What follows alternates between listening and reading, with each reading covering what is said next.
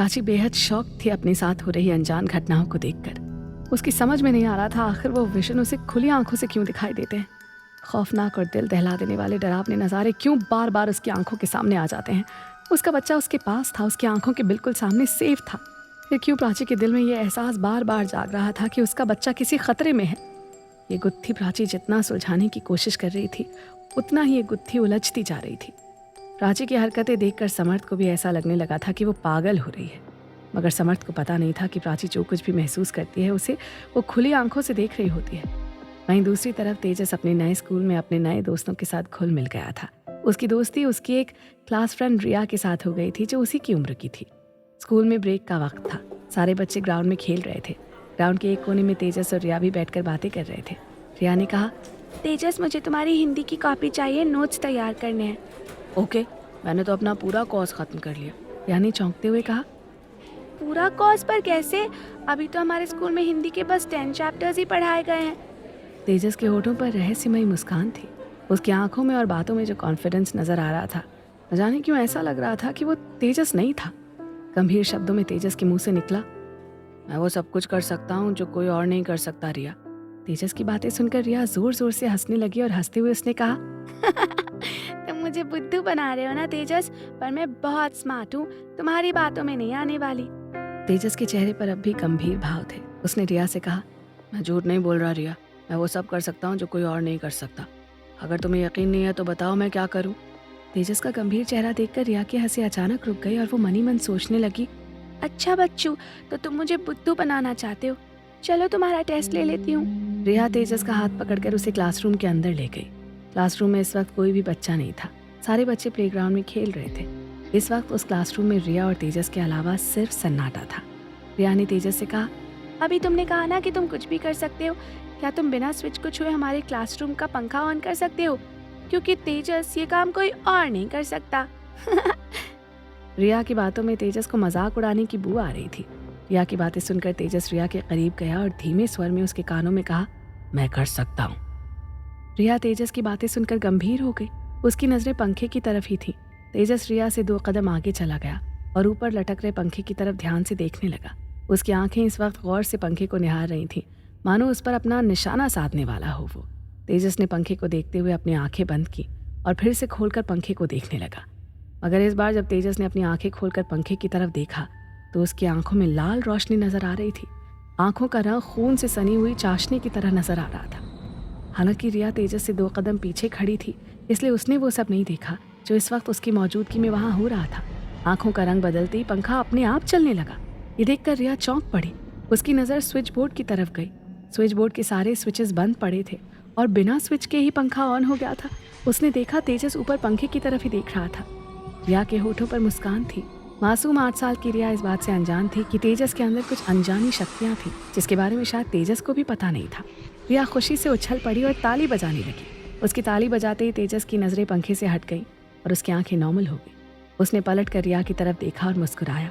रिया ताली बजाते हुए तेजस के करीब आई और कहा, वाओ तेजस, मुझे तो पता ही नहीं था कि मेरा बेस्ट फ्रेंड मैजिक भी कर सकता है। I can't believe it. तुमने सिर्फ पंखे की तरफ देखकर ही इसे ऑन कर दिया, बिना स्विच ऑन किए। तुमने ये जादू कहाँ से सीखा तेजस? तेजस रिया के किसी सवाल का जवाब नहीं देता, बस मुस्कुराकर क्लासरूम से बाहर चला गया। दूसरी तरफ समर्थ अपने ऑफिस के बाद एक डॉक्टर के पास पहुंचा। डॉक्टर भल्ला दिल्ली के मशहूर न्यूरोलॉजिस्ट यानी दिमाग के डॉक्टर हैं। मगर समर्थ यहाँ क्या कर रहा था? डॉक्टर भल्ला और समर्थ दोनों आमने सामने बैठे थे। माहौल काफी गंभीर नजर आ रहा था। ऐसा लग रहा था समर्थ जिस काम के लिए डॉक्टर भल्ला से मिलने आया था वो बातें उन्हें बता चुका था। डॉक्टर भल्ला बोले, यू राइट मिस्टर राजवंशी, आपने अपनी वाइफ के बारे में जो कुछ भी बताया है उससे यही साबित होता है कि उन्हें इलाज की ज़रूरत है। अब ऐसा कीजिए, कल उन्हें मेरी क्लिनिक पर ले आइए। नहीं डॉक्टर, मैंने आपसे कहा ना, मैं उसका ट्रीटमेंट करवाना चाहता हूँ, मगर उसे बिना बताए। अगर उसे पता चला कि मैं उसके दिमाग का इलाज करवा रहा हूँ तो पता नहीं वो कैसे रिएक्ट करेगी। ऐसा कीजिए, आप हमारे घर आ जाइए ना मेरे फ्रेंड बनकर। ऐसे में प्राची को शक भी नहीं होगा और आप उसके दिमाग में क्या चल रहा है ये जान पाएंगे। You are right mister Rajvanshi, शायद यही सही रहेगा। ओके देन, मैं कल आता हूँ आपके घर। दूसरी तरफ प्राची घर के किचन में अपने लिए कॉफ़ी बना रही थी। ठीक उसी वक्त वही काला साया प्राची के किचन के दरवाजे पर खड़ा था और उसकी मौजूदगी प्राची को इस बात का एहसास करवा रही थी कि इस वक्त कोई उसके पीछे खड़ा है। प्राची के हाथ जो हॉट कॉफ़ी को कप में डाल रहे थे अचानक रुक गए। एक बार फिर से उसके चेहरे पर वही डर के भाव नजर आने लगे। डरी सहमी निगाहों से वो दाएं बाएं अपने पीछे खड़े शख्स को देखने की कोशिश कर रही थी। किसी तरह हिम्मत करके प्राची पीछे पलटती है, मगर वहां तो कोई था ही नहीं। प्राची की निगाहें पीछे की तरफ देख रही थी, ठीक किचन के दरवाजे को, मगर वो काला साया प्राची के बेहद करीब था। उसकी आंखें लाल थी, अजीब सी नजरों से वो प्राची को घूर रहा था। धीरे धीरे वो काला साया प्राची के कान के करीब पहुंच गया और उसने धीमे स्वर में उसके कानों में कहा, प्राची। उस आवाज को सुनकर प्राची की आंखें अपनी दाहिने तरफ डरी हुई निगाहों से उस आवाज को तलाश रही थी। धीरे धीरे डरते डरते प्राची अपनी दाईं तरफ घूमी, पर इस बार फिर से वहां कोई नहीं था। प्राची की धड़कनें तेज हो गई, उसकी आंखों में डर साफ नजर आ रहा था। किचन की स्लैब को हाथों से कसकर पकड़कर प्राची घबराहट में चारों तरफ देख रही थी।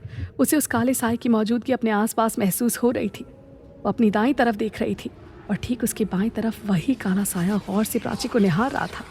वो फिर से प्राची के बिल्कुल पास गया और इस बार उसके बाएं कान में उसने फिर से उसका नाम पुकारा, प्राची तुम तैयार हो ना, क्योंकि अब होने वाली है एक अनहोनी। इस बार उस आवाज को सुनकर प्राची बेहद घबरा गई। पलटकर उसने अपनी बाईं तरफ देखा। उसके दोनों हाथ उसके दोनों कानों को पकड़े हुए थे। शायद वो उस गूंजती हुई आवाज को सुनना नहीं चाह रही थी। अचानक उसके कान में कप में कॉफी डालने की आवाज आई। ऐसा लग रहा था जैसे कोई कॉफी बनाकर कप में डाल रहा है। प्राची के माथे पर पसीना और आंखों में खौफ नजर आने लगा। उसके दिल की धड़कनें तेज थीं। उसके चेहरे का रंग सफेद पड़ गया था, पूरा बदन डर से कांप रहा था। तिरछी नजर से उसने धीरे धीरे पलटकर जब गैस की तरफ देखा तो उसके होश उड़ गए थे। कॉफी का बर्तन अपने आप हवा में तैर रहा था और उसकी कॉफी कप में अपने आप जा रही थी। इस दृश्य ने प्राची को सर से पैर तक डरा दिया था, बहुत ज्यादा। उसके मुंह से चीख निकली, आई। आखिर क्या चाहता है वो काला साया प्राची से? क्यों एहसास होता है प्राची को तेजस के लिए खतरा? जानेंगे हम अगले एपिसोड में। तब तक के लिए सुनते रहें अनहोनी।